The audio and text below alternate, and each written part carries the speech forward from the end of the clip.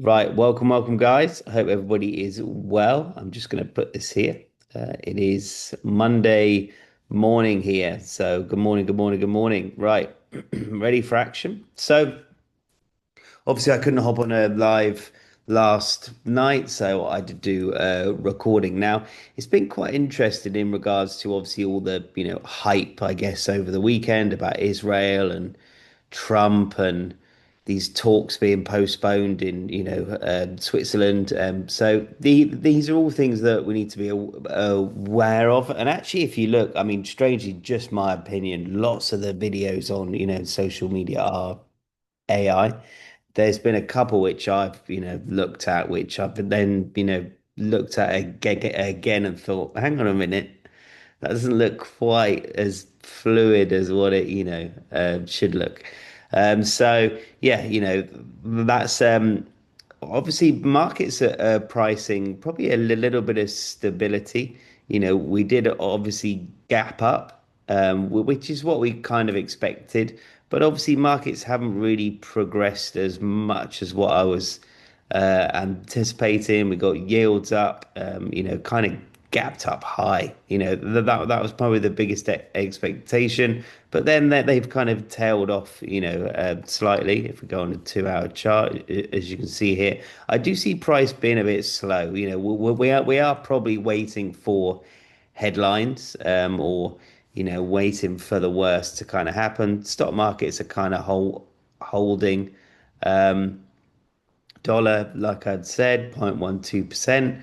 And then oil here down, gapped up as expected, like we spoke about, last night, but obviously back in this area here. So it is quite interesting. I think there was optimism to buy, but there was no real follow through there if you look at it in that respect here. So how we're setting up this morning. Remember, obviously, first thing is first. We'll have a look at what news is out today. Like I'd say to everyone, you don't need to understand it. You just need to be aware of what's happening here. But obviously, you also have to be aware that of the overall, expectation here. So, this Iran situation, obviously it's, something that we have to speak about every single day. This, situation is going to take precedent over everything else, and so we obviously have to be aware of that. There's no real high impact news. Yes, we've got some CAD and CPI data. Not really worried about that. Lagarde speaking, also not really worried about that either. So, not really much high impact news at the moment here. So. I'm expecting personally dollar to kind of stick in this area here. Um, I'm not expecting us to drop. If we do, we do. It'll be a headline that comes out that will drop it. So, I don't think we'll have to worry about anything else apart from obviously headlines, yields pushing a bit higher, and obviously oil, holding this level here. Once we get a proper fluid de-escalation, which I don't think is going to happen immediately. We should see gold kind of tail off into this, 70 area. So that's what we're expecting. Now, looking at obviously, the pairs that we normally trade, we got Aussie here. I stayed away from this one this morning, just because gold is holding. Gold's up almost 1% today, so we'll go over gold in a bit because I've got a couple of good places marked out for anyone interested. So, yeah, because of the strength of gold, I think Aussie we're going to see this kind of range throughout this morning. I also haven't wanted to take gold, and obviously I'll go through that in a minute. Pound here was obviously hoping if I show you this on a 15-minute. This was my favorite kind of setup for today. I did play it a bit, safer. There was a part of me that wanted to put our zone here. It would have triggered, and obviously we would have been in some profit. However, I just wanted to play it a little bit, safer because obviously we could drift up into this area, but I cannot see us pushing higher. So I can't see us breaking above. However, I can see dollar potentially drifting down into these, lows here, which would in turn drift our GBP USD pair up into our entry zone so that then we can obviously capture the overall direction, which I do think potentially these lows could get hit. Euro too, that's another one. I'd rather target these highs. I want the dollar to kind of weaken slightly early part of London, so then it's going to drift our pair up before we get the overall direction. We can all agree here. Overall strength is with the US dollar across the board, and obviously we've just got to gauge where the right place to enter is. Let's do USDJPY and then we'll do gold after. So USDJPY naturally because of these wicks here, you've always got to play it a little bit, safer. We did well a few weeks back because we caught these wicks here and then we ended up with a candle like this, so it triggered us on all three. We obviously had a good enough, stop loss, and then obviously it continued to the upside. And so that's kind of how I'm playing USDJPY at the moment. Allow a little bit more space because, like I've been suggesting to everyone, you can see all these wicks here to the downside. We're not having these wicks in the opposite direction, so it means when the sellers take over, there's short-term aggression here. I'm actually wondering if there's, this to me looks like an algo play, so whether there's some kind of big, softwares out there that when they see a little bit of weakness, they kick in hard and obviously push everything to the downside, but then they're taking profits off the table, and then obviously that's when we get this kind of slow movement back to the upside. So it'd be interesting. I do have another meeting out here next week with some software guys who actually build stuff for hedge funds and things. But obviously, it'd be interesting to speak to them about this. This is one question I've got is USDJPY at the moment. 'Cause it is looking a bit too too kind of, yeah, robotically being traded because as soon as we show a little bit of weakness here, we get wham, huge movement. But then this move comes straight back up, and all that's creating this move here is profit taking only. So let's wait and see. That's one of the questions on my list. Right, gold. So I think gold personally is in no man's land here. I think it's kind of ranging between the two. I don't think we're gonna, see anything else here kind of breaking out. Now, I've got obviously these two areas here. They're 4 to 30. Oh, that should be 4 to 30. 4 2 should be 4 to 30, 435, and 4164, 155, not 150. Yeah. Right, cool. So these are obviously my two areas here. Obviously, if we break above, I'm expecting a little bit of a drift up, potentially testing these highs here. You can see obviously these highs here. I'm expecting to kind of test these, or interestingly enough, if we do the opposite, we break down here, I'm expecting these lows to be targeted. It's going to be one or the other, but I can't work out which one it is. And I think if you look at how slow price is acting right now, that there's a lot of indecision here as to what is actually happening. So those I would 100% have marked out. So if I get my pair here and we go in the middle here, so that will be your middle. And then obviously we've got this one here as well. So I would 100% have this marked out. If you like trading gold, that's what I'm kind of looking at this morning. But normally, if I'm entering a gold trade personally, then I'm going to be looking, or I'm going to be confident on a particular outcome. Whereas here, I can't. I think it's very, very close. I think it's probably, 60% we're going to hit here as opposed to 40% we're going to hit here. Where, normally I like to be, kind of 80-20, in regards to obviously what we're kind of looking at here. So, right, get your questions out. Remember, guys, it's your chance to ask me anything that you want to. That is obviously why I do these, lives. So make sure you make the most of it. um, Alex, lots of questions from Alex here. I hear rumors about Starmer is resigning. Does this affect GBP? So yes, it's rumors at the moment. Obviously there is rumors that 100 Labour, the words left my brain, but MPs have filed for obviously him to step down. So as to talks that he's going to step down on Monday. They're obviously worried about the election because obviously they're so far behind. So I think they're feeling a bit of fresh blood might obviously help them to will win, but.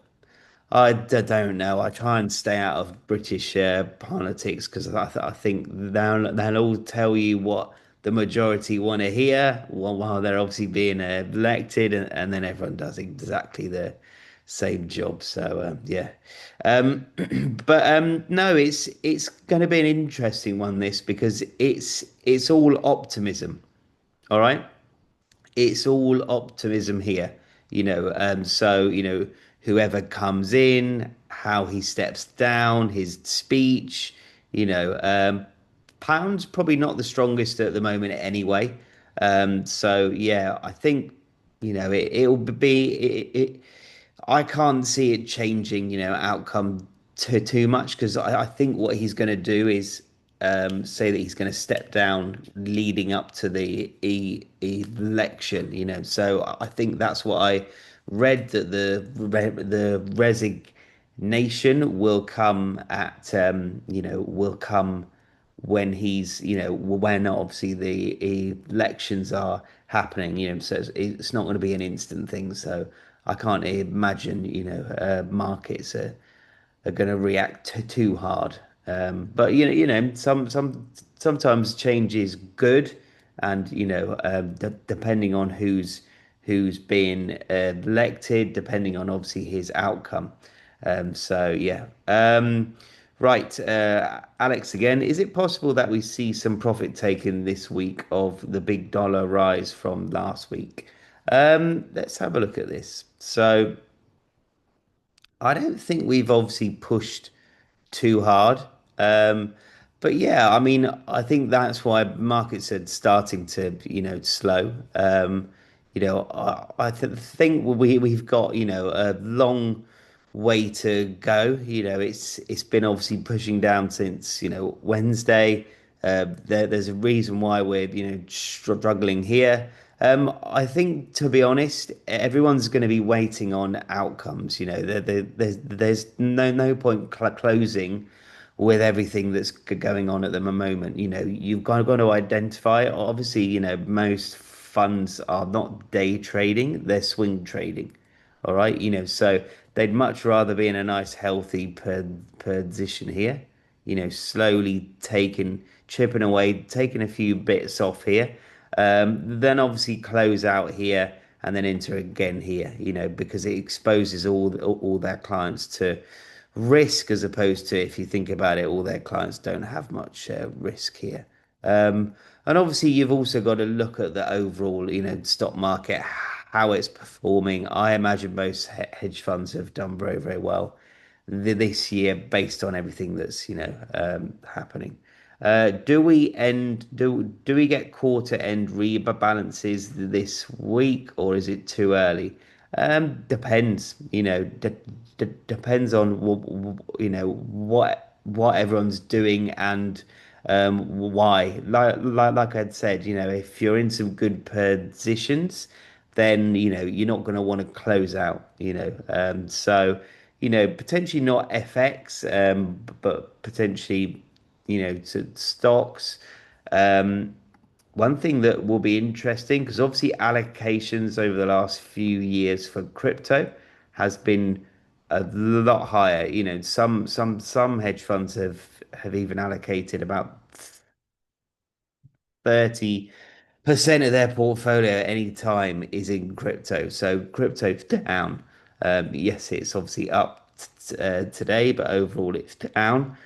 So yeah, it's quite interesting to kind of, see, what they're balancing, because there's no point in them trying to balance if over the next quarter crypto is going to take a bit of a rise. And obviously at the moment it's probably hurting them, but obviously, if they try and rebalance it too early, it's not necessarily going to be too healthy for their books.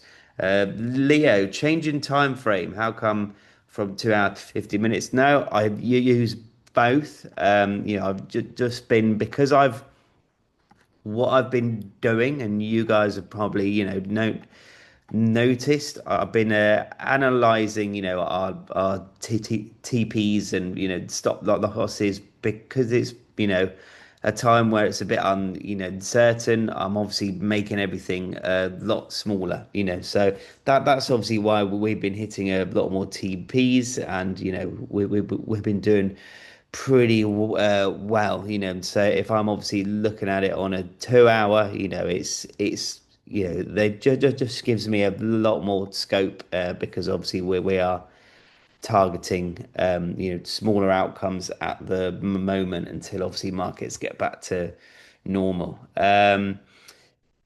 Everything is trading down. Any idea where money is trading nowadays? Well, I think it's not, stock market. If we go on a weekly time frame, stock market is up. Last 3 weeks, since ever since kind of, I guess, since the end of March. Stock market's been trending to the upside, yields been trending to the upside, dollar been trending to the upside, so yeah, yes, oil's taken a bit of a punt, but obviously oil's been trading. So yes, money's flowing into dollar yields and stocks. Gold not so much, but obviously, it's pretty clear on a higher time frame. Dollar yields, stocks. How do you? Hi, Steve. Do you still use the 8 hour with volume? So yeah, I mean, 8 hour I use on the, so if I want to know quickly, like for example, how Asia's played out, then I'll click on the 8 hour. All right. And then I'd obviously mark up Asia. Yes, you can put the volume tool on, so find out where the most amount of volume was for Asia. And then yeah, you can obviously trade off the back off of that as well. So yeah, so if we were to look here, if we go on like a 15-minute time frame here, oh no, we'll go on a 30-minute.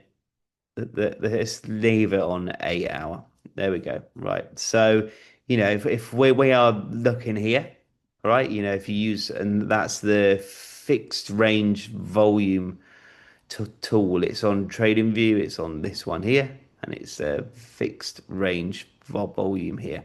All right. So what this does, if you use it on the 8 hour, it will give you, the kind of volume for Asia. Um, so most of the volume was here, which is obviously what's pushed it down, or back down from it. Obviously, rubber, rising. So if you're looking at this from a point of view, a view of here, we would probably have, which is lines up well with our analysis here, in regards to, if you look at our entry here, if I get rid of this now, Go away. Let me just get rid of it. Nothing's working. Come on. My internet's on the spout. Let's go back down to 15 minutes and not have so much here. There we go. Right. Okay, cool. So you can kind of see how how it works out. So this was the most amount of volume for Asia. All right. And obviously then this is the Asian high and then obviously if you want to mark the Asian low out here, these obviously three areas here will help you in regards to yeah, where to enter and why. But yeah, I'm a bit annoyed. I was hoping to get this continuation up here, and so we at least got a trigger this morning. But yeah, you can kind of see here price was approaching this area here and then rejected instantly. It's tried again, and now it's pushing to the downside. So euro, same thing. Gold starting to move, and then obviously we've got yen. So I might analyze gold in a bit and see if we can get some kind of an entry this morning. Otherwise, it's looking like it's going to be a very, very quiet morning for us. VP, can you do your mini analysis on AUD USD? Of course I can. So, right, Aussie, let's go on the 2 hour here. All right. And let's have a little look on a daily. I'm not going to bother going any higher because I want to keep it a bit smaller. So let's obviously mark some daily, levels up here. All right. So we're marking these up. Recent ones. So we can do this here. Let's just do another one. To the downside, we could potentially have this here. Right. Let's now have a look at this. So 6250. Nice and easy. So what I normally do is round these up if they're not already rounded up. That one was so 700, say, and then we've got this one here. What's this one? This one here, yeah, 750. Not too bad. Right, so that would be me looking at this on a daily. In regards to trend on a daily time frame, we can clearly see here we're trending to the downside. So that's probably what we would be, looking at here. So that would be my kind of daily view. 8 hour, there's obviously a lot of support here. All right, a lot of support, but we are clearly still trending to the downside here. It's just whether we're going to break. All right. 2 hour here again, same thing. Very similar to gold. All right. So how would I lay this one out here? All right. I would have probably this box drawn out here. All right. Very, similar. This is a kind of a key area here. The beauty of drawing out daily outlooks is, you can kind of take away the ones that you don't need. Have I got any more on there? No. So, we've got obviously our two overall targets. If we're going to buy, this will be one target. If we're going to sell, this will be another target. We've got a bit of a channel here to the downside, but obviously we know that this has been holding well. We've got obviously lots of support here. Rejected it obviously once, twice, three times, four times here. So I would want to see this kind of breaking to the downside if we're going to go that way, and then targeting this here. So our trade might be something like this. So something like this. Nice, obviously, say 30 pip stop loss. Let's make this a bit smaller so we can put both on. Or if this is holding, we get a bit of a candle, one more candle, because obviously London has opened now. If we get a candle like this happened, so if we get a nice rejection here, so where am I going? So if price, comes down here, holds, then we're going to be looking for something like this here, so we obviously might then be looking for a, long up into this area, and then looking for, something very, very, similar here. So that would be what I would be, looking at. But this area is key here. We obviously need this to test. And obviously we need to see what obviously markets are going to do. Is this going to hold? It is looking like it's holding, but obviously that is how I would be planning out AUD USDD. So yeah. Does anyone have any more question? Hopefully that's obviously helped out VP. Um, so yeah. Um, how do you document the copy trading of big accounts? Yeah, no, no. So I'm going to keep you guys updated on that one where we've got five of you, connected. So yeah, we'll trial it. One thing that I wanted to go through actually, and I'm probably going to do a video in the group, right? Is I'm obviously I've got, two accounts. I've got obviously one which I actively trade, and then I've got another one which is obviously on the copier. Now, since the end of May, all right, the copier is on, I think it's about 23% up. Now, yes, we've obviously got 66 people connected, but what has ended up happening? All right. So I would say probably 40 of you have got impatient, traded, blown it, and obviously not really given it the copier a chance. It did in 2024, it did, I think, 80%. 2025, it did 130%. And obviously, it's already up like, I think about 70, 80% this year. So it's crazy, but obviously it's playing that, long-term game. So yeah, it's going to be interesting to, see obviously where we end up, at Christmas. But obviously I know that there's about 10 to 12 of you who are, sticking to the plan. But and I know obviously what's going to end up happening is that there's going to be probably 100 of you saying, "Oh, I wish I'd have just stuck to the plan." So potentially we've still got 6 months left of this year.